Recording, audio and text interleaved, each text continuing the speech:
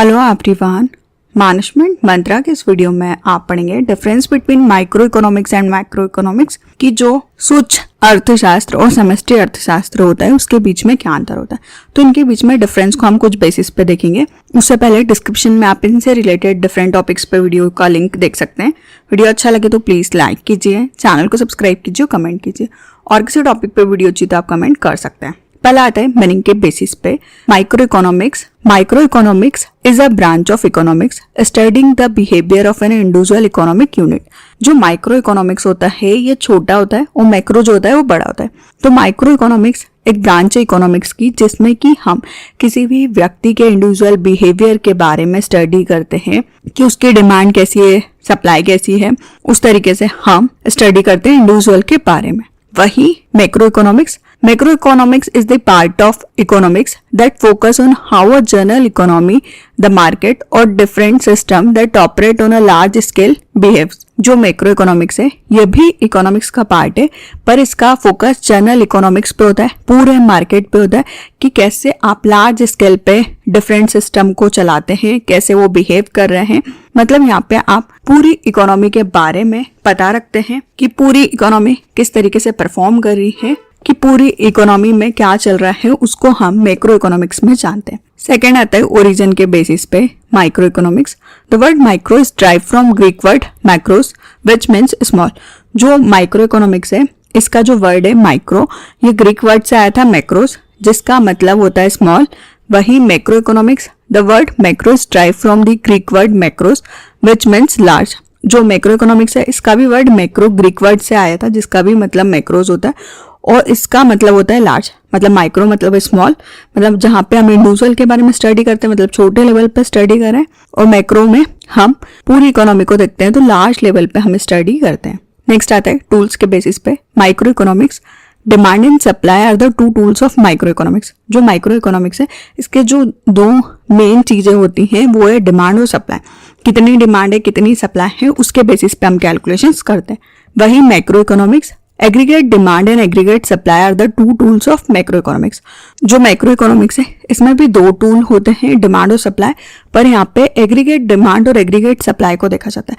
मतलब पूरी डिमांड कितनी है और पूरी सप्लाई कितनी है उसके बेसिस पे हम कैलकुलेशंस करते हैं। नेक्स्ट आता है basic objective micro economics. The basic aim of micro economics is determined of the price of a commodity और फैक्टर ऑफ प्रोडक्शन। जो माइक्रो इकोनॉमिक्स है इसका बेसिक एम होता है कि कैसे किसी भी प्रोडक्ट का आप प्राइस डिटरमाइन करेंगे तो वो डिमांड और सप्लाई के बेसिस पे करते हैं कि कोई भी प्रोडक्ट कितने प्राइस में बिकने वाला है और क्या फैक्टर ऑफ प्रोडक्शन होंगे, मतलब कि कौन सी चीज आपके प्रोडक्शन को इन्फ्लुएंस करती है उसको हम जानते हैं।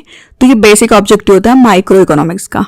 वही macro economics the basic aim of macro economics is determination of income and employment level of the economy. जो मैक्रो इकोनॉमिक्स है इसका बेसिक एम होता है कि आप कैसे इनकम और एम्प्लॉयमेंट के लेवल को डिटरमाइन करते हैं इकोनॉमी के अंदर, ये इसका बेसिक ऑब्जेक्टिव होता है। नेक्स्ट आता है डिग्री ऑफ एग्रीग्रेशन के बेसिस पे micro economics involve a limited aggregation degree. For example market demand is drive from the aggregation of individual demand of all the buyer in a particular market. इसमें हम degree of एग्रीग्रेशन में market demand को जानते हैं और जो market demand होती है वो जितने भी बायर्स मार्केट में अवेलेबल है उनकी कितनी इंडिविजुअल डिमांड है उसका एग्रीगेट हम निकालते हैं पर्टिकुलर मार्केट के लिए।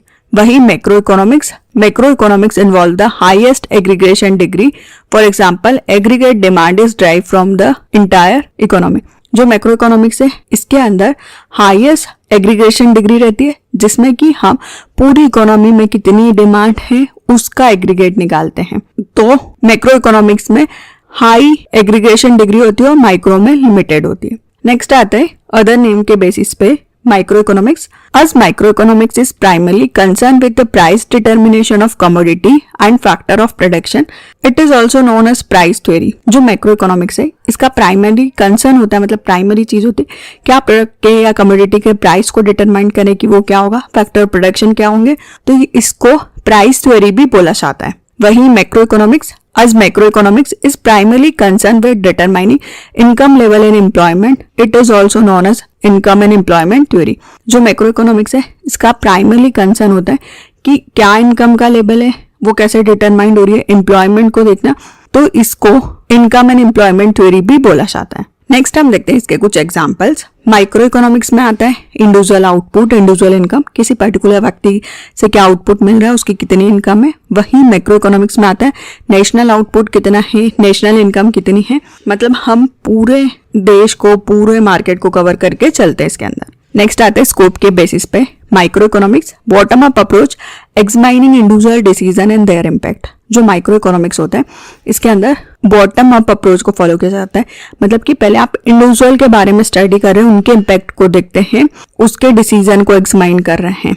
वही macro economics top down approach होता है, क्योंकि यहाँ पे आप पूरी इकोनॉमी को, पूरे मार्केट को, उनका एग्रीगेट निकालते हैं, क्या डेटा है, क्या ट्रेंड चल रहा है, उसको एनालाइज करते हैं। तो इसका जो स्कोप होता है वो बड़ा होता है और माइक्रो का छोटा होता है। नेक्स्ट आता है पॉलिसी फोकस के बेसिस पे micro economics, resource allocation, price setting and individual behaviour. जो माइक्रो इकोनॉमिक्स होता है इसमें आप रिसोर्सेज को कैसे एलोकेट करेंगे, प्राइस को सेट करना है किसी भी कमोडिटी और प्रोडक्ट का, और इंडिविजुअल के बिहेवियर से रिलेटेड पॉलिसीज पे आपका फोकस होता है। वही मैक्रो इकोनॉमिक्स इकोनॉमिक स्टेबिलिटी लेके आना, full employment and sustainable growth. Economic stable तरीके से चलती रहे, लोगों को सभी को पूरी तरीके से एम्प्लॉयमेंट मिले, सस्टेनेबली और कंटिन्यूअसली ग्रोथ होती रहे। नेक्स्ट आता है एप्लीकेशन के बेसिस पे micro economics, business decision, consumer behaviour and market analysis. Micro economics को अप्लाई करते हैं बिजनेस के क्या डिसीजन है, कंज्यूमर का कैसा बिहेवियर है और मार्केट को एनालाइज करने के लिए। वही मैक्रो इकोनॉमिक्स इकोनॉमिक की policies, forecasting and international economic relations. Economy की क्या पॉलिसीज है जो आप चला रहे, फोरकास्टिंग करना फ्यूचर को लेके कि फ्यूचर में भी इकोनॉमी सही तरीके से चलती रहे, और इंटरनेशनल इकोनॉमिक आपके रिलेशंस कैसे हैं। नेक्स्ट आते हैं बेसिक assumptions के बेसिस पे माइक्रो इकोनॉमिक्स।